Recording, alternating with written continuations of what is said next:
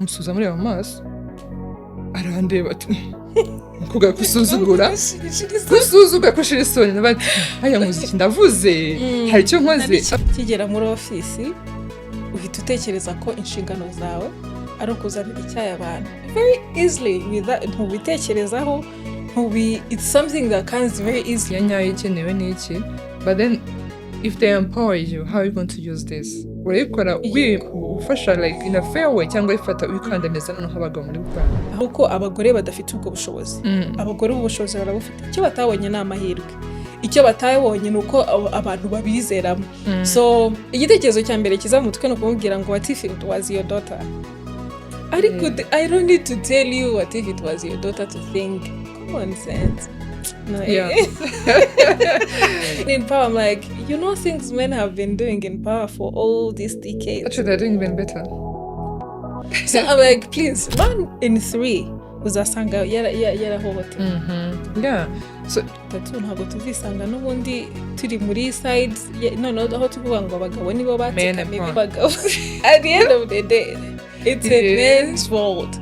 Ku buryo nabona byararangiye abagore bahawe ijambo, in fact baranabiduserereza ngo tinyuka urashoboye.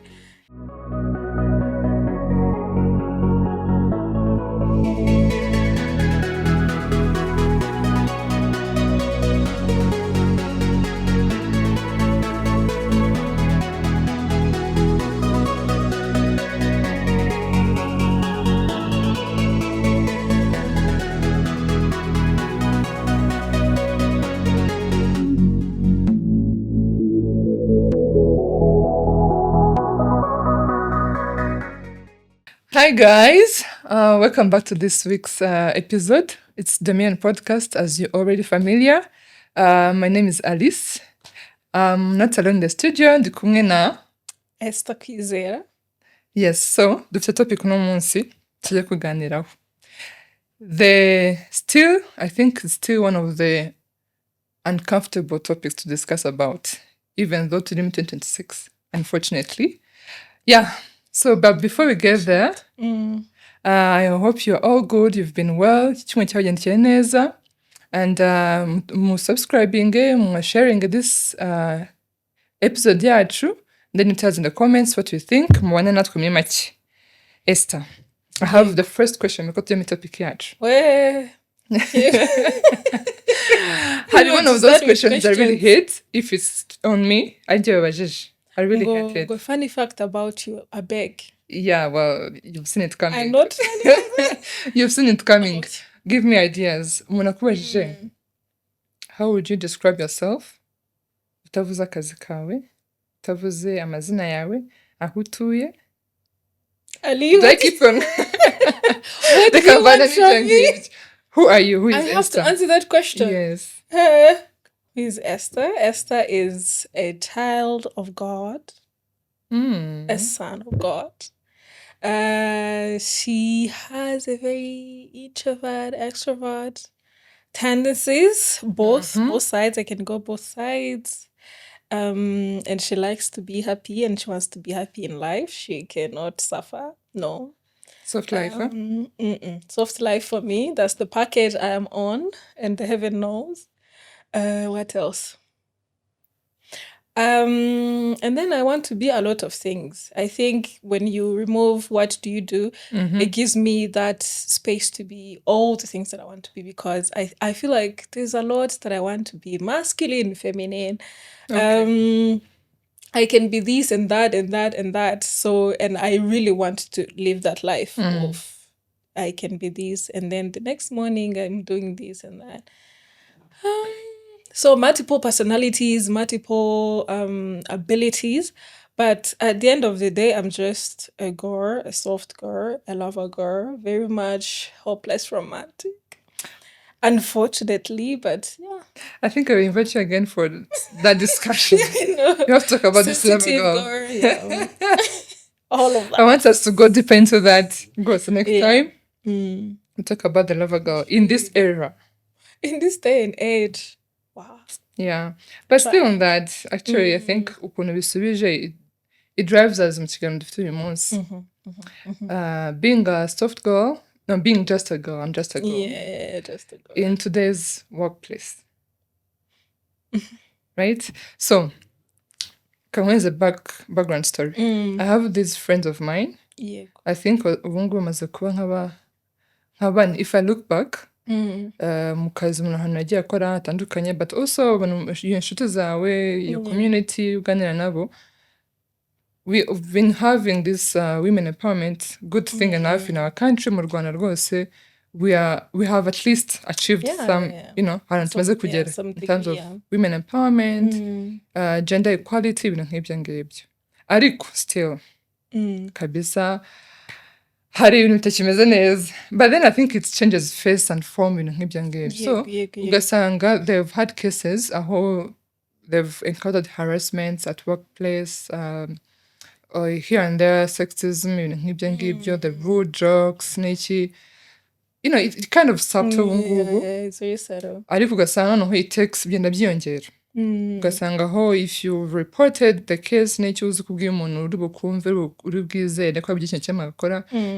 Aho ngo agire ikintu akora cyangwa se nabireke, they turn against you, ugasanga nyine bikoresheje against you n'iki. So things become worse.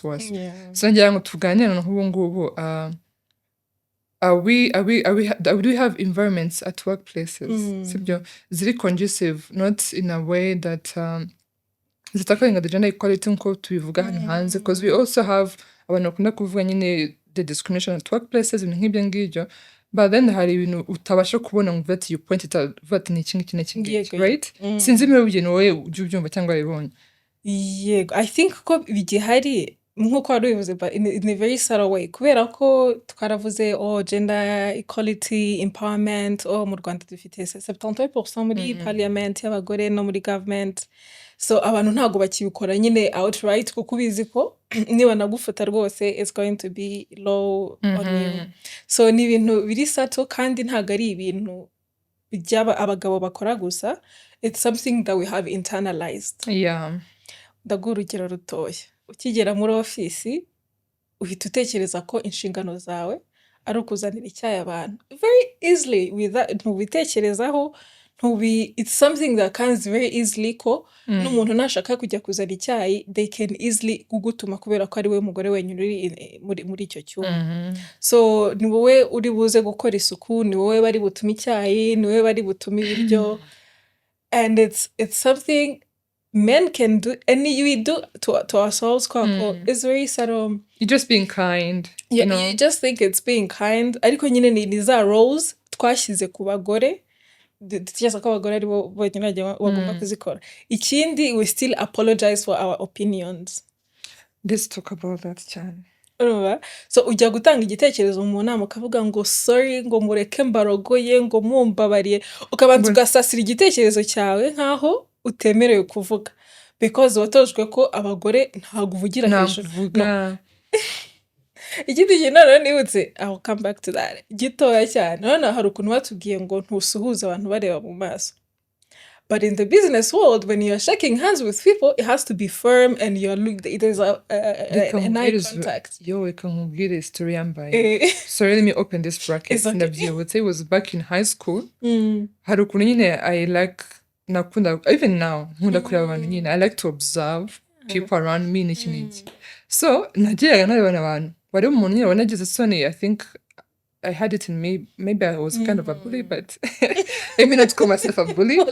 Now, when I did this one, and then that's more reason to invite me to look at you, right? That was Kuruhan. And then there was this time, Nachinaga volleyball, and then I was going to meet my coach wa Chijoye basket. Ashaka nyine ko nkina basket nk'ibyo ngibyo. And then njya kumusuhuza muri ayo maso.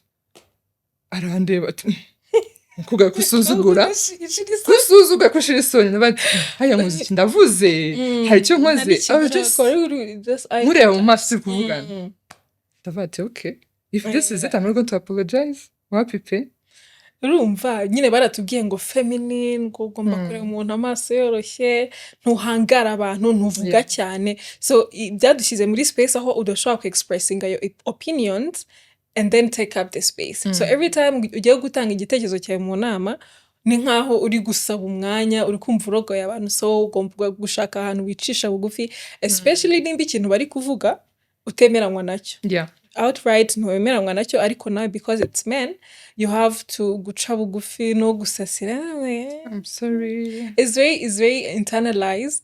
Hari ibyo badukorera ariko natwe hari ibyo nyine twikorera kubera ko we have lived in this space for a long time, and ibyo ngibyo kubera ko ari ibintu bito cyane nta n'umuntu uri bubone ngo aze kuvuga ati wapi. Ikindi nubwo tuvuga ngo nyine haracyari imirimo dutekereza ko ari abagore n'indi y'abagabo.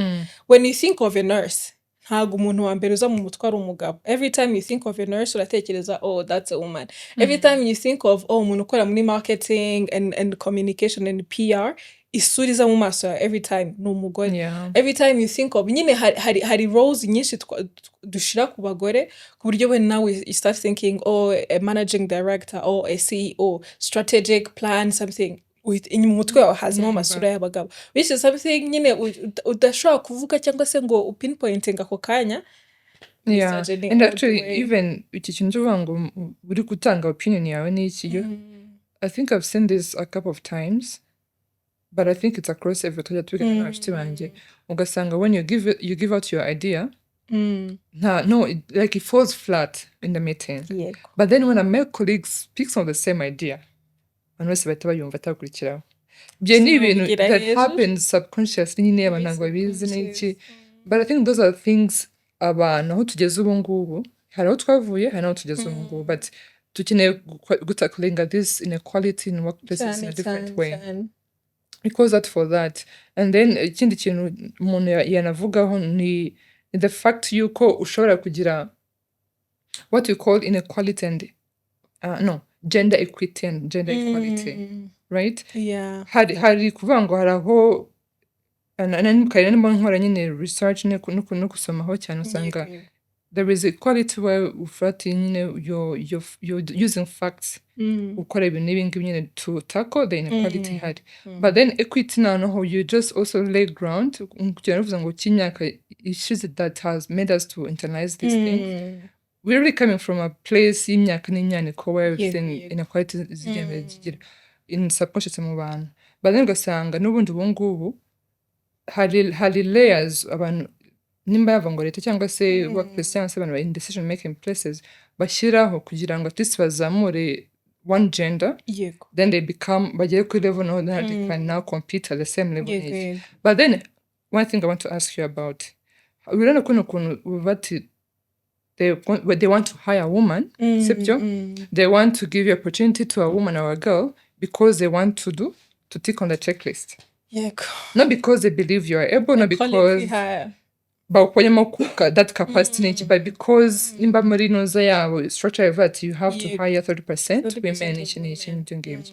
It's just a checklist. It frustrates me, honestly. I have had this conversation with my guy friends and so many times kandi twendaga kurwana buri munsi kuko nyine bigera hano ati ibintu uri kuvuga what are you saying, exactly what are you saying. Uribuka ko kera n'ibintu by'amanota yo muri secondaire bavuga ati abakobwa turafatira kuri make abahungu dufatire kuri menshi. So I think it's a conversation ariko that we have to approach nanone both sides. Nkuko wari ubivuze hari imyaka myinshi iri inyuma aho abagore bakandabijwe, so either way we need to kuzamura nyine iyo mibare y'abagore. Hari kota n'ubundi tugomba kugeraho kuvuga ngo dukeneye 30% y'abagore dukeneye, kuko ntabwo ikibazo dufite ari uko abagore badafite ubwo bushobozi. Abagore ubushobozi barabufite, icyo batabonye ni amahirwe, icyo batabonye ni uko abantu babizeramo. So ntabwo ushaka kuvuga nanone ngo hoya ngo iyo 30 tuyikureho hoya. Icyo batabonye ni amahirwe and bakeneye iyo mahirwe, bakeneye kumva ko iyo myanya bashobora kuyijyamo, ayo mashuri bashobora kuyiga, bashobora kujya muri secondaire bakiga nk'abandi bana. So ayo mahirwe agomba kuba hari, ariko nanone tukabashoka ko tutari bushyiremo abantu kubera uwo mubare gusa. So nimba tuvuze ngo 30% n'abagore, okay, that's a nice quota also. Sometimes mba numva bikeneye research kubera icyo ukeneye 30%, kubera icyo ukeneye diversity muri company yawe. ese product uri gukoraho ikeneye ibitekerezo byose biva mu mpande zose, kuko diversity dukwiriye kuyireba nyine ikarengana na gender gusa ikajya noneho dukeneye an advocate w'abana, dukeneye umuntu uvugira abafite ubumuga, tukareba diversity mu buryo bwagutse. But then mu gihe turi kureba diversity nimba tuvuze ngo 30% y'abagore, ntabwo uri bumbwire ko abagore bose bari bw'applying kuri uwo mwanya batafite hano. So nanone competence. So muri abagore benshi wazanye ushaka guhitamo 30%, you have to look at competence. It has to be. Competence igomba kubihari ko at the end of the day umuntu naza abo bakorana bazatinya kuvuga that's an equality higher, just a diversity higher. The frustration hano hanze still on that, usanga like you be talking with your guy friends, me, I applied for a job, right? Yeah. I even scored hejuru y'abandi bantu bose. Yeah. But because bavuga ngo bashaka umugore bafashe undi muntu natsinze, in terms of all the competence baba bashyize aho ngaho, njyewe wari uhari uko bafata. Now imagine how this person is feeling. Ariko ngira ngo most of these positions baba babivuze, like on the application baravuga ngo we encourage women. So if they have already put that out there, bakaza guhitamo.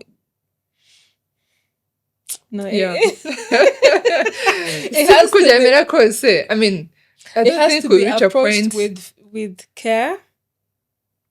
It's hard. Kuko nyine umuntu nawe wapply nze ari competent nawe ako kazi yagashaka. Yakabona yagaza akabikora.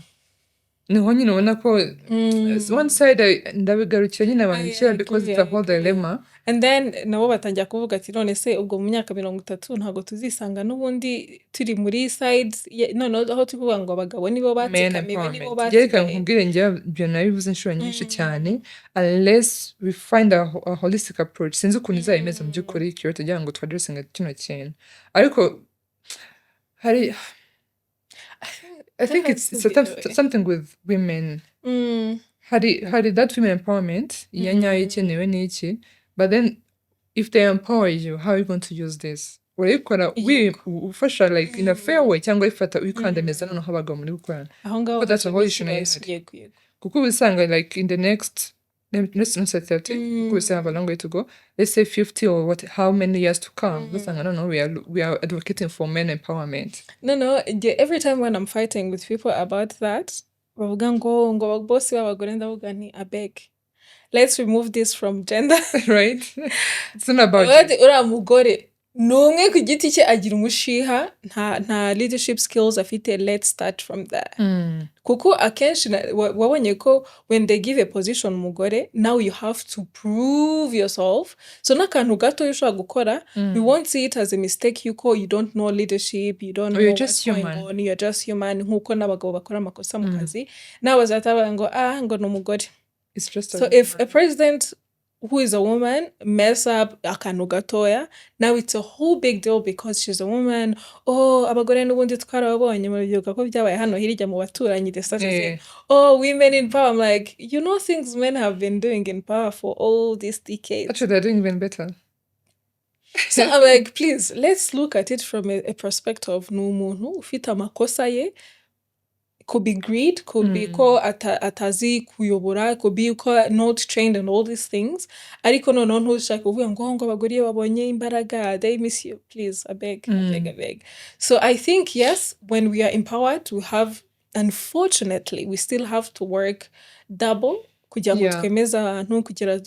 have now the respect. We have to earn the respect. Ariko nyine, we also have to make sure we don't misuse the power. Kuko unfortunately they will think it's a woman. They will say it's a woman. So you renewed for abantu bose ari inyuma yawe. They will say umugore uri hano. So we cannot have a woman anymore. Yeah. So we have to be careful, unfortunately. Again, hari ikintu tutareba. We cannot be the same. Right? If you're a woman, you have a lot going. Even biologically, we're not the same. Yeah. So you cannot expect the same results ku bantu batandukanye, fundamentally batandukanye. But again, nujya kuba mugani, if you're going to assess this person, assess them from that nyine competency yiwe bimeze gute. Why did they do this? Nkuko wabikora ku mugabo. But the pressure nani had. By the way, speaking of women in power, what do you say about kuno if you're tujya tuvuga ngo ni being a girl's girl, right? You've been empowered, not even necessarily being empowered, but you've had the opportunity of sitting in a place, a position of you're making decisions, you've climbed your ladder. Yeah. Now you have people under you. Except at workplaces, still we're coming to workplaces. I feel like we're going on always, right? It's very broad. Ariko mu kazi umukobwa ahuye n'ikibazo mu kazi cya gender, let's say abuse mu buryo butandukanye, say it's harassment, it's sexism, ibintu nk'ibyo ngibyo. It's a courage ko they come out and then, bavuge their claims, bavuge ikintu cyabaye, ibintu nk'ibyo ngibyo. Kuko you cannot tackle something utabashije kuvuga. But now the moment baje, how now do we respond to this case? Kuko njye I've had cases numvishe ko umuntu araje avuze ikibazo cyiwe, the next thing backfires to her. It's used against her. And that's they why gaslight people keep her. quiet. And ikibabaje, if it's a woman, uhuye mukobwa araje kubwira that thing and you're a woman, wagira ngo umufashe. Women are very misogynistic. Like, women are very misogynistic. What happened to us? Right. Like, we are very against ourselves. In all ways, by the way. In so many ways, we are against women. We are told... It's not even a matter of feminism. It has nothing to do with feminism. Ariko hari ibintu byinshi nyine dukora ukabona, okay, you hate women. Okay, you hate yourself. So you project it to everyone else. You think abagore don't deserve. Ariko, I think it's also brought up identity and all these things. Twakuze twumva ko we are second class. So you think women are second class. So you project it to others. So biragorana. But akenshi nyine impamvu abantu batavuga ibintu byababayeho nuko uzi ko nukivuga icyambere cy'urahita uba the talk of the whole office, abantu bose baratangira kukuvuga, kanaka byagenze gutya, ese yari yijyanye, yari yambaye iki, those questions. bya bintu byose biri very gut wrenching. Noneho nyine usange barakuvuze aho no kugira ngo bagufashe, cyangwa se now batangire kukwabusinga kurushaho. So uvuga ikintu, nimba umuntu wa reportinze ari boss wawe, atangire no kukwabusinga noneho outright mu maso y'abantu bose babibone ko actually he hates you or something. So I think ko ikintu kibaho kidakurikizwa cyangwa se gikwiriye kujyaho in institution zose ni amategeko. Let's establish amategeko ya sexual harassment. Akurikizwa ariko. Akurikizwa kuko hari ahantu twari tuyafite muri amanitse by the in boardrooms. Amanitse. Kandi umva akurikizwa afite n'abagenzuzi, nta kibazo tubagira abantu bari external batari muri iyo institution. Nuko habaho abantu bakora audit batari muri iyo institution, kuki tutagira abagenzuzi b'ibyo bintu batari muri institution? Ku muvunyi nawe ni kuri. Donc menye ngo nimba ngize iki kibazo ndabwira uyu nguyu, kandi iyo mubyeyi bica muri iyi process. Iyo process ibiri documented. Kuko akenshi birangira it's your word against mine. Umuntu wabibwiye nta kintu abikoreho, nta tegeko ryanditse ribigenga, so biroroshye cyane ko they can nubundi come against you. So ayo mategeko tuwe tuyafite yanditse, ingaruka z'iki kintu zirazwi, uzi ngo iyo ukoze iki ingaruka zacyo ni izingizi. I report to this person, iyo ngize icyo kibazo we abikora gutya na gutya, kugira ngo abari systeme dukurikiza tuvuge ngo bigenda gutya na gutya, turabisuzuma gute, turamenya gute ko ahohotewe, kugira ngo nanone hatazamo cya kibazo cyo kuvuga ngo wabeshyeye umuntu. So ariko by the way ndabyo bibaho rwose, we cannot outrule it. Ariko tuwe dufite amategeko yanditse, systeme ikurikizwa, ariko bigomba gukurikizwa. It's one thing that we have all these in the books. I think even now from the Ministry of Labor guidelines bashyizeho. But how do we ensure ko ibintu bikurikizwa in private sector, in public sector? No, if you go in public sector and then you go in private sector ni ibintu bitandukanye. Usanga nyine like it changes form, changes ibintu ngibyo. Usanga there is this pressure of unemployment, by the way, hano hanze. If you're a girl who is man this opportunity to be in this office, whatever they throw at you, umva urubu tayari kubyacyo byasuming nta hantu hari akazi hano hanze ku buryo ubwikoreye mu kazi ngo boss yayigize. Wajya no kwivuga hanze, even if you tell it to your family, gusana nabo bwabo afite barakubwira ati ni wewe wa mbere se, gusa ibyo byatuma uva mu kazi, amafaranga yose wakishyira. I don't know how to internalize. Ko ari ikintu kuko amategeko ubwayo kugira ngo abantu bayubahirize ni uko bumva ko ari umuco. So it's something that has to be a culture, like social culture, kuva hasi abantu bakiri batoya bakiga ko this is not okay. Ariko nabyo bitangira muri ya identity, umwana w'umuhungu n'umukobwa, how do we raise girl child and boy children, how do we raise them, ese bazi ko ari abantu bangana, like are they the same people cyangwa umwe ari superior undi ari hasi.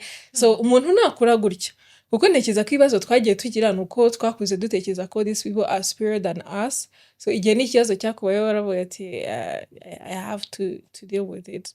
So from the on hasi umwana akiri gukura bamubwira ibi bintu. By the way, n'abamure. So once it becomes a culture, ahubwo uzabikora niwe tuzareba tuba ati urasara. That is your problem. I think I don't know how active or how proactive our civil society iri mu Rwanda. Kuko mise ntekereza ikintu uvuga ngo raising both the male child and the female child bakiri batoya kuko n'ubundi niho bitangirira. Yego. But now ubu ngubu ahantu tugeze, do we have hari ijisho dufite iri kugenzura mu by'ukuri ukuntu abana bari gukura, kuko tutazisanga muri cya situation aho usanga mu myaka iri imbere umwana w'umuhungu nk'urugero kwa kundi bavuga ngo umwana w'umukobwa aratsinda kwa amanota runaka ibyo ngibyo, ugasanga umwana muri imbagiye muri education system agasanga mu by'ukuri someone is favored more than him. Right? Yajya hanze mu kazi agasanga mu by'ukuri the quotas are there. Kandi mu by'ukuri bifite benefits zabyo. But then now to this child, how is the mindset being shaped? Yego. Dufite abantu mu by'ukuri barimo baravuga ati now let's go back to hasi dusubire inyuma. Let's see how far or how the effect this has had on people in society. How has this shaped people? Because mugani wacu mu myaka iri imbere we have another problem. Cyane rwose. We'll have a problem if it's not something nyine abantu basubira ngo barebemo how is it working. But also, if you look across the world, nibwira ko anyway some things are probably inevitable but they can be avoided. I'm not sure. Because sometimes when I look at it, I'm still like, it's in Yabago. At the end of the day, it's a man's world. Ku buryo ntabona ahantu one day bizacurama. What do you mean by that? Nyine barayifashe barayishapinga mu buryo that suits them. Ku buryo I don't think it's ever going to change. This is very rigid. Ariko nyine ukurikije ukuntu the way the world is run and how things go, biragoye cyane that men will ever accept that women are superior than them, regardless of how things go. This is my opinion, by the way, and very rigid opinion, but nah. When I could like till the ends of the world. Nukuri nyine ukurikije ko imyaka ishize abantu barwanira women emancipation, muri 2026 abantu bakaba bakiri very misogynistic. I look at it, I'm like, this looks like a lifetime battle. Like it's something we're going to fight until the last breath. It's something we will always encounter in one form or another. Ku buryo ntabona nyine igihe bizacuramira. I don't know. Debatable. Utumye ntekereza ko next time I will have to have a discussion with in the religious aspect of this. Yego. With the man of God. Atubwiye mu by'ukuri aho byatangiriye. Ibintu byaje gute kuko ntibyumvikana. Ntabwo numva ukuntu twisanze ahantu abantu bamwe ari second class. Sibyo. Ariko ikintu cyo kuvuga ati within ourselves natwe ubwacu as women we find ourselves, we think of ourselves as second.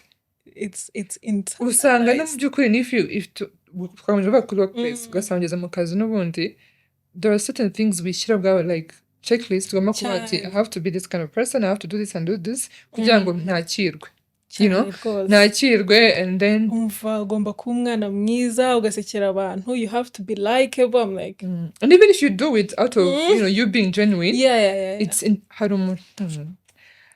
someone once said hano hanze mu by'ukuri in this world kindness is interpreted as weakness. Yeah. And that is true in the reality of what we see. But I was like, numva twagizanye akantu k'akadebate like, Yego, right, yego. if I'm kind as a person, if this is who I You think am, I'm weak? why do you think that this is weakness? It's Yeah. actually strength. Ahantu abantu bose ari abantu babi ari It's a abagome n'iki strength, n'iki, if you have someone really kind, Mm. that should be interpreted as strength. Ariko mu by'ukuri, So, unfortunately, this umwana economy, mwiza rwose wasetse you've people been will think you're weak or you're not serious or you don't know what you're doing. I'm like, this is just trying to be kind. no simbizi mu by'ukuri. None se mbwira, if you were to sit across this woman in position, right, who has received different claims from the female colleagues, even those under her, and then ugasanga mu by'ukuri ntacyo ari gukora, what would you tell this person? Biragoye kubera ko my first Wamukubita. that's what you start throwing this. Igitekerezo cya mbere kiza mu mutwe ni ukumubwira ngo what if it was your daughter? Ariko I don't need to tell you what if it was your daughter to think. Common sense now. No, it's no longer common. It's no longer so urumva buri kintu tuvuga tugatangira to threaten them. What if it was your daughter? What if it was your cousin? Like, it should be common sense. So icyo gihe that would be a very long conversation kuko harimo no kurakara no kubaza none se ntago ubona se ni ikibazo kiri he, like try to take me through your thought process. Ariko I think at the end I would also have to threaten them with what if it was your daughter. Try to break through. Today we could have like a conversation. Ariko nyine, unless you speak to them, find something that really speaks to them as a person, ukamwereka if it wasn't for empowerment, nawe ntago wari kuba uri hano. Also try to shed light to the fact that you're not a second class. Don't reason with them wabone ko uyu muntu ari kurengana ntago uri kumufasha, but you are in power. It's actually someone saying it's in your paycheck, like your pay grade irakwemerera ku raising this problem, so why not? Ariko birasaba ko you speak to this person mukagera ahantu mwumvikana. Hari igihe usanga mu by'ukuri most of the things, the way we go about life is a result of what we've faced in life, right? Ushobora gusanga even this woman herself, she had to fight through kugira ngo agere aho ageze, right? There's that as well. And then nawe aho ageze yabaye ati noneho I'm in the league of men, for me to secure this position, ngerageze, let me just conform to the kind of the way of thinking. Cyangwa se you are whining. I brought myself up here. You should do the same. Twabiciyemo baratuvuze nabi baradukozeho turakomeza turagenda. So why are you whining? Why are you crying as a baby? Be a man and as a woman. But just I think at this point in life, everyone moving on this earth should have a therapist. Yego. All let's put it CBIH mwadushyiremo therapy turabasabye. Kubera ko numva uzasanga umuntu yahuye n'igitrauma mu buzima bwe and then they're going to put it on you. Usanga instead of making things better bari kugenda nyine kuko ntago ntekereza ko nyine umuntu aramutse ameze neza nta kibazo afite yareba regardless of gender. Ubonye umwana w'umuhungu bari kumukorera ibintu bibi, you should be someone who runs to the police ukavuga ati hano hari umwana uri guhohotera. Ubonye umwana w'umukobwa, ubonye umugabo, umusaza, regardless of gender, nimba turi abantu dufite humanity, ntabwo wakagombye kureberera ibintu regardless of inyungu uharanira. Inyungu nizo zidukozeho, by the way. Tudafite inyungu nyinshi duharanira nizo zituma we don't report these things. So uramutse nta kibazo ufite, background check nta kibazo kirimo, you should run to the police. That's what the problem is. So usanga nyine mugana abantu bafite ibibazo ko bakuze ibyababayeho when coming up, all these things ari yo background, ari yo filter bareberamo ibintu ku buryo igihe bageze muri situation nk'iyo they freeze, some don't even know what to do. Ese mbivuge mbireke, ese nibagirukana, ese mbona abantu bafite ubwoba bw'ubuzima bwabo, this will threaten my position. C'est grave. So Esther, hari n'ikindi kintu rero, ikintu cyo kuvuga ngo the one who makes these complaints, not let me say complaints, the claims nyine ujya gutanga muza case yiwe, hari on the other side I'm trying to look at this from both perspectives. Usanga naho hari n'umuntu ugiye kurega, but then babonye ko this policy bayishyizeho it's in their benefits and they want to abuse it. Sibyo basanga they're using this against umugabo for their own benefit n'ikintu cyabaye. Urumva iki kintu abakobwa n'umukuru tubabwiza ukuri. Mutubabarire pe uri kutwicira. Uri kutwicira izina. Utwangirije izina hano hanze. I beg. Stop it. Ugasanga umva umuragiza cooking up, cooking up the whole story. Twabure Mr. yazi bigenda cyane kucyambwira ibi n'ibingibi ngo has happened several times. Mutubabarire mutwica izina hano hanze. Bituma ni ikintu kibi cyane ku buryo uzarebe defensiveness abagabo bagira iyo umuntu atangiye kuvuga sexual harassment cyangwa sexual assault. No kuri social media ribona. Every time someone says I was assaulted, I was molested, umuntu atavuga ngo twarabamenyereye ngo you are framing us.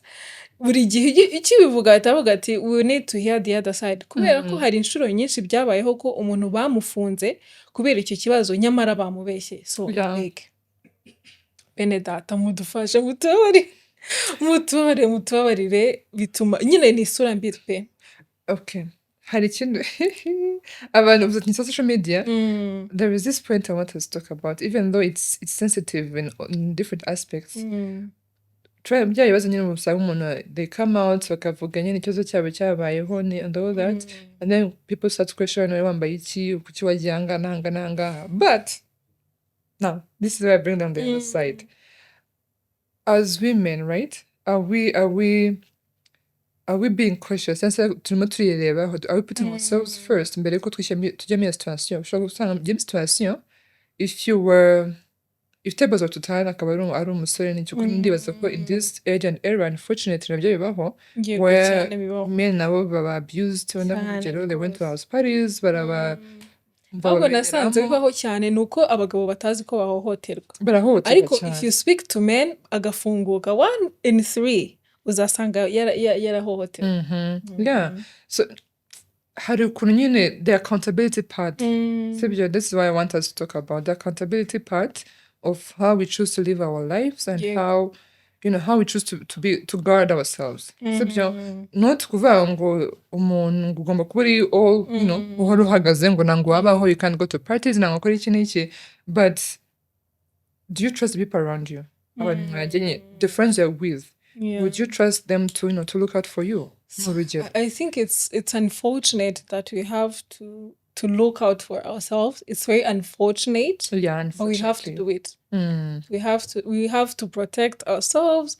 We have to protect each other. Our parents have to protect us. The government has to protect us. Kuko nyine nubwo tubivuga ntago nyine bibyuka ngo abantu bose balining ngo so biza nyine urakomeza wirinde umenye amasaha utahira umenye ni taxi wagiyeho ese ni moto kwirinda imbere n'inyuma as much as you can. Abantu mugendana igihe bari buze gutangira gushyira ibintu mu kintu uri kunywa, so we have to be very vigilant kuko nyine isi turimo at the moment ntagire nziza pe. It's unfortunate but we have to protect ourselves. Anyway, it's a whole why do we have to do all these things? Uziko uri mu muhanda wareba umuntu ari kugenda inyuma ukavuga ati should I run? Rero mu Rwanda ndabizi neza ko imihanda yo mu Rwanda iri safe. Ndabizi neza ko I can walk at night. Every time hari umuntu inyuma yanjye agatelefone nkashya umufuka akamarete nkagafata neza wane if it comes to this I am running. I think it's human nature by the way. Yeah, I think it's human nature. Unfortunately, we're not all good people. It's not everywhere is not a safe space. Gusa as we wind up this discussion, it's a whole topic. Ikindi kintu gikunda kubaho cyane muri workplace is promotions. Now that's a whole lot conversation. Kuko abantu ntago baba promoted simply because you are a woman. This is discrimination, guys. Like a friend recently told me so bafite umwanya. She has been doing the acting kuri uwo mwanya for like 4 months. Ibintu arabikora biragenda neza nta kosa ririmo. So when it was time yo gushyira umwanya hanze bawushyira hanze, babura umuntu bawuzanamo imbere. babura umuntu hanze baza kurebamo Yego, imbere. internal, you don't know why bawushyize hanze mu gihe bafite someone who's acting. That's another conversation. Mu gihe bawuzanyemo imbere, she applied. And then her boss was like, oh, nabonye ko applyinze, ariko I don't think you deserve it. Excuse me, what? She has been acting for 4 months. Please. She has been doing everything. You don't deserve it. You don't deserve it. Wakora Impamvu ya mbere warabyuka ukazokora ubusa. ngo ni umwanya w'abasore.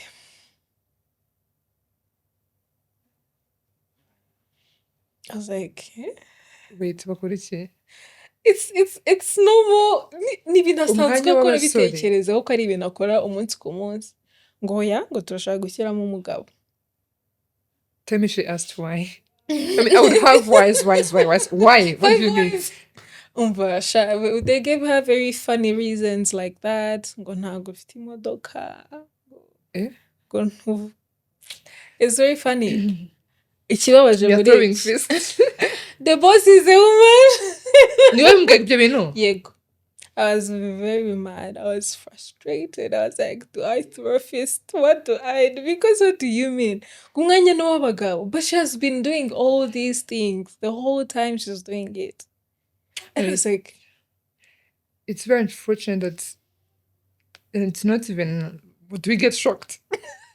Unfortunately. Because I know someone, who instead of even kumugumisha ngaho, she was demoted. I hope. The summer we started fighting because these things we have to bring to power. Dutangire turwane ntago bino bintu. None se mu by'ukuri njye mu Ntago byumvikana. Dufite abantu who are checking out these things. Ndabyibaza. We need to run like a survey, an anonymous survey. Kuko ntago numva ukuntu muri 2026. A woman tells you, mwene w'abagabo nta modoka ufite. Ibintu ukora. Jye muhereze. Kera twaravugaga ngo harimo guterura, ngo no kuzamuka igikwa ntakizamuka. What are you saying? So nta kuzamuka igikwa birimo, wicaye ahantu hamwe ibintu uri gukora, you're using your brain. So how is it a man's job? Explain to like I'm a child. Explain to me like I'm 5. How is it a man's job? Bavuze tubashyizeho nk'abakobwa wenda 10 basanga bose nta n'umwe ubishoboye ndetse ko it's a man's job. Research this is a call out. It's data driven. It's not. So no, it's actually very sad. It was sad. I was like, okay, but gutes. N'uw'abagabo gute ari uw'abagabo. Unfortunately. Ndumva tuwita ngo unfortunately. It's very unfortunate. Nyine ubuzi ngo ni ibintu byahise bitakibaho byararangiye abagore bahawe ijambo. In fact baranabiduserereza ngo tinyuka urashoboye. Hari umuntu umwe tuzarwana kuko buri gihe yandika kuri status yanjye ngo tinyuka urashoboye. I will fight you square. Block. So nyine baranabidusereza abagore bahawe ijambo yego ariko ugasanga ikintu nk'icyo kirabaye in a corporate institution in 2026 muri July. I'm like no, by a woman. By a woman. Ngo hoya ngo ejo bundi ngo uzaba watwisa. I'm like, you are a woman, so that's why there's a maternity leave. It's okay. Njye mumfashe sibyo in the comment section mumbwira ati bino bintu mumbwira ati byibuze hari abantu bafite akazi ko kugenda bacheckinga bino bintu kuko ntango it's insane. There has to be someone checking it. Nukuri pe, otherwise nyine ni that whole cycle that will never end. It's alarming. This is a whole discussion. It's a long discussion. My heart is even broken kurushaho. Naje mfite icyizere ndumva n'icyizere kirashize. Sinzi ko tubigeza pe. So I think women in power, please fight for the systems to change. Let's start with the systems. Start with amategeko. Start with ibintu in place. Put things in place. Fight for it. Aho dufite mu ntego fight for systems zidufasha. Ariko noneho abari mu muryango nabo fight for the education. Nimba bije profile busore imfashanyigisho tishe muri curriculum, everything that we can do to deal with it. Please, I beg you, and strongest father. And we reach a point where now we have to strike a balance ibintu byose bijyanirane pe yego ariko warabibonye ko Mineduc yara striking the balance deja barabikuyeho kudos to Dakota. that Yeah, so I think with time Dakota n'ubundi izagera higabanuka yongere yisubira ku munzani wa nyawo. So ikindi njye nabwira, if you're still a woman and you encounter this, no matter how the whole system seems to be entirely against you, rwose pe ntucike intege, honestly. You can't just let go and go, you give up on this. Never accept it. Any type of harassment and assault, never accept it. Yes. So, Esther, thank you so much. Thank you for having me. Ukabivuze ubutaha ubuntu hava umva tujye kureba mu by'ukuri. Adamu na Eva byari bimeze gute? Byatangiye nge icyo kiganiro kuko ntekereza ko hari ukuntu misconception hari yuko ari Imana yabishyizeho. I want to know. Ngaho mu by'ukuri ngiye ko mbibona. Do we have to ask God? Do we have to ask God? Should we start praying? I want to know. Yeah. So mwakoze cyane, mwakoze kubana natwe. Please tell us your ideas, tell us what you think about this, share with us your opinions about this. If you have a case n'iki, first thing I'll tell you, report.